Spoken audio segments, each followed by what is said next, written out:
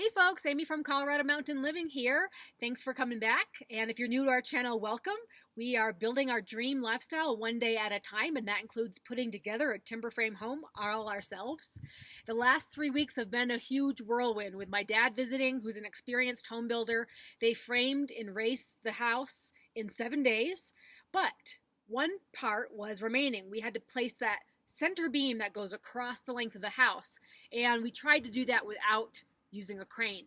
So I wanted to show you in this video what we actually did to be able to put together the last building block of our timber frame home, the center beam, without using or renting a big crane.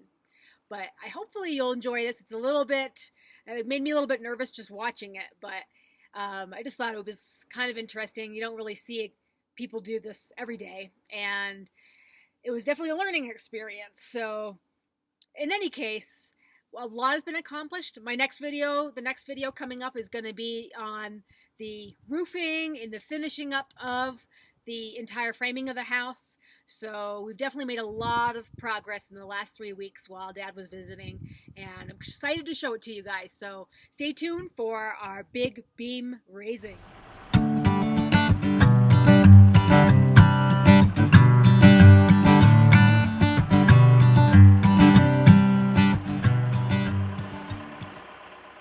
So our first attempt in raising the beam was using the giant forklift that we had rented.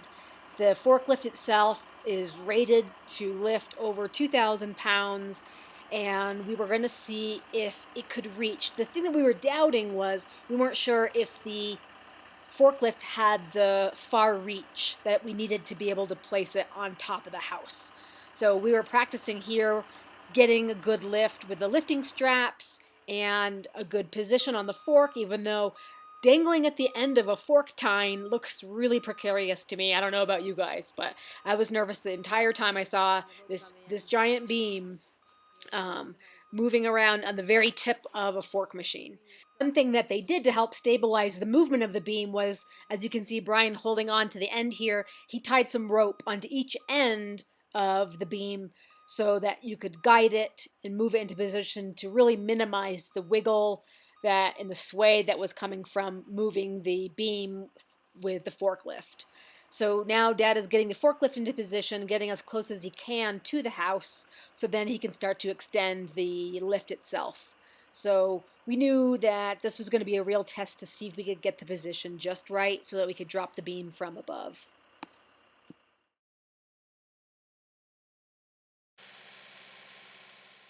And here we go with a lift. So we're starting to extend the forklift here to get some height. And even though Brian's holding on to the rope on the end of the beam, it just, made me so nervous just to watch it sway. And I'm thinking it's going to bang into the house and slip off the fork. At least from my camera angle, it looks like it's only 5 inches away from the fork. So it just got me really, really nervous. But, it's definitely something that takes your breath away as you're watching it happen.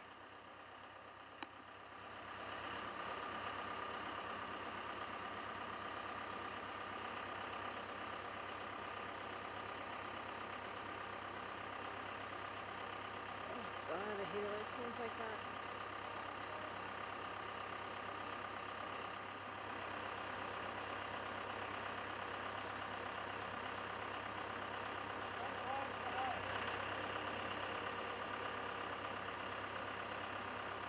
Having a hard time getting the machine close enough to the house, and the reach is about maxed out.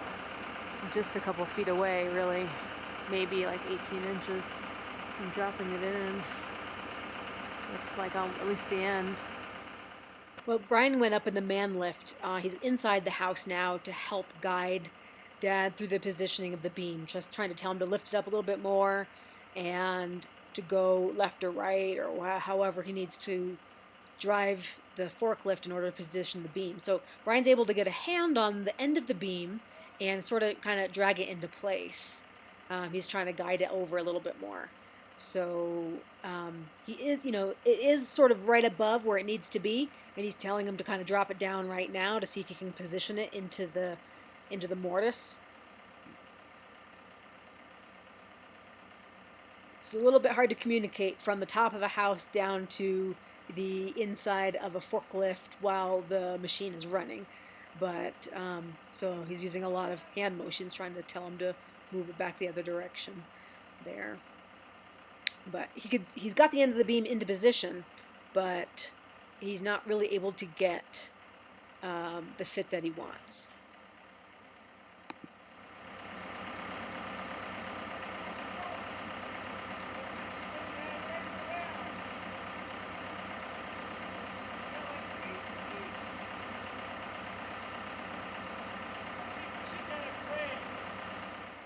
It's like one end is in, but the other end is 8 feet out, and not really a way we can swing it over there.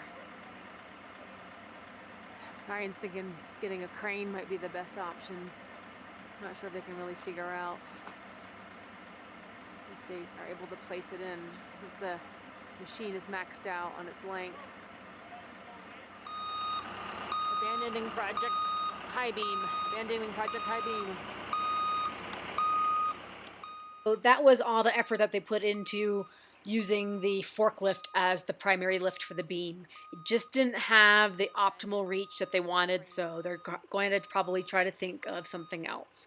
So that was the practice run for the evening. It was promising, but unfortunately not enough. All right, folks, so in a stroke of genius, we were thinking that the Genie might be able to do the lift. So we didn't try this first because the Genie's only rated to lift up to 1,000 pounds, and Brian was convinced that the beam was more than 1,000. But we did a quick calculation on a section of beam that Brian had left over, and he added it up to be about 600 pounds. And he thought maybe with the additional bracing, it could be up to 800 pounds. So still some wiggle room for lifting. So they're gonna go ahead, and even though it doesn't have the forks, they're gonna hook up the chain and try it again with the Genie boom. Now, Dad's saying with this Genie lift, you can come way above it because this is a 60-foot machine, and you can do a lot more swiveling. You can come in at a lot of different angles and come in from above. So, and you can drive it from the bucket or from the platform instead of having to be on the machine. You can really see what's going on easier. So they think that this is definitely going to be maybe their best bet without having to get a crane. I mean, not that now that everything's done and we only need one piece, crane isn't a bad idea, except that you have to be here for the operator, and Brian has to work all week, and cranes don't really work after hours, so we really had to figure out how to do this. We wanted to get it done and not wait a couple weeks until Brian has another day off during the week. So that's the story on this. Seems kind of bouncy, holy smokes.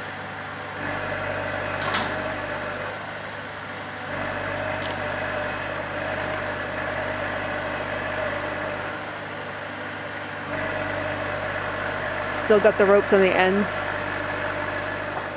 It's looking promising. Like the Genie is lifting the beam off the ground, so it's got the pull. And now they just got to practice, kind of bringing it up in the air and positioning it to see if they can get it, in the position that they weren't able to get it into with using the forklift. You may have been wondering about the lifting straps. So they are rated for quite a lot of pounds, so depending on your configuration, but they're definitely heavy duty, more than enough for our project here, since Brian calculated the beam weight being around 600 to 800 pounds.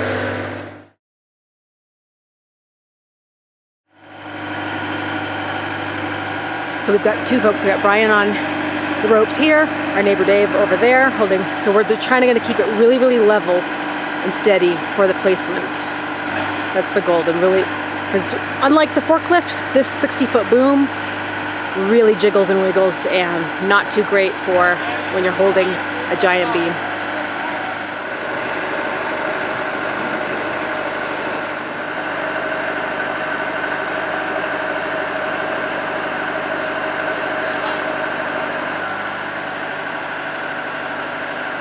It's really up there.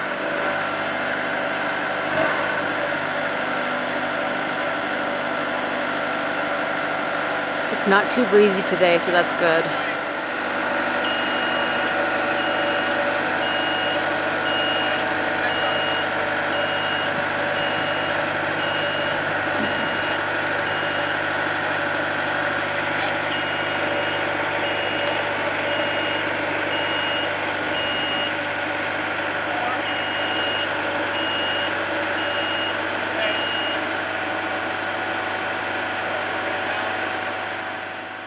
boom is really sensitive in its control, so you have to lower it just like a little bit at a time. Unfortunately, that can make it bounce a little bit, so you kind of see a little bit of shaking of the beam. But luckily, with our neighbor Dave being really close to the basket up there where Dad is, it's easier to communicate, and you can really specify, what directions you need to go to in just like a minuscule amount of motion. So they were able to really use a lot of precision to get the beam into place. It's just, with that wiggling and swiveling, it's something that's hard to wrangle in.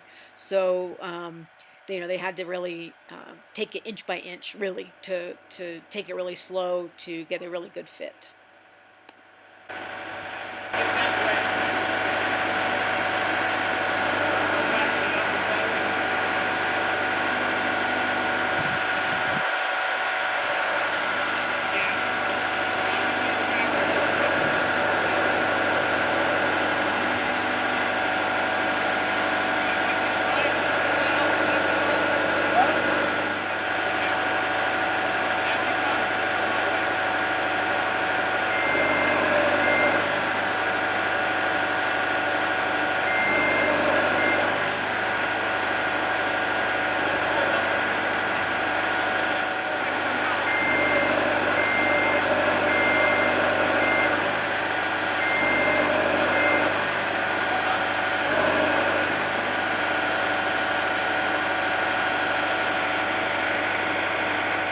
We're trying to figure out if the beam is hitting the plywood at all, if they can just drop it straight without any problems.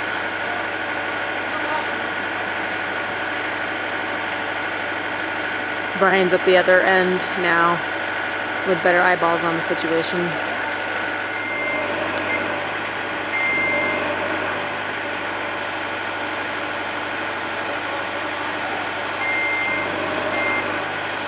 That end's going in. Now Brian's end sticking out still. You don't know what it's caught on. A little lip or something. Oh, Dave walking across. Oh my God. Brian's bringing up a big Maul heavy duty hammer to kind of bang it. See if they can bang it down from the top perhaps.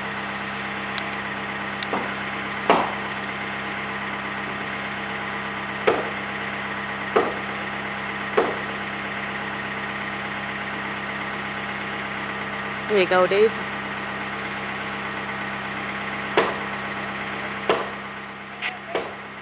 Well, I guess it wouldn't be a timber frame house if we weren't still hammering on it.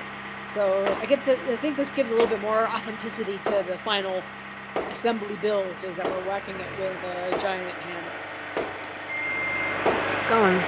It's a tight fit for sure. There it goes.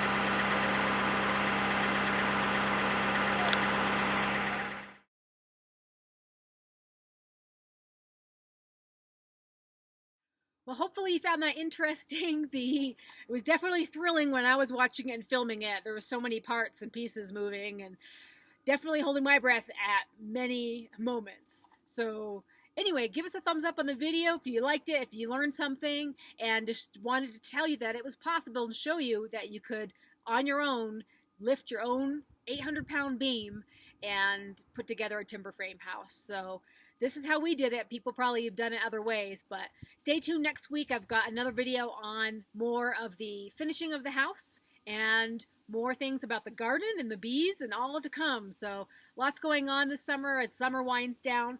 It's been a beautiful summer and we've gotten a lot accomplished and very pleased with our progress. Take care, guys. We'll see you next time.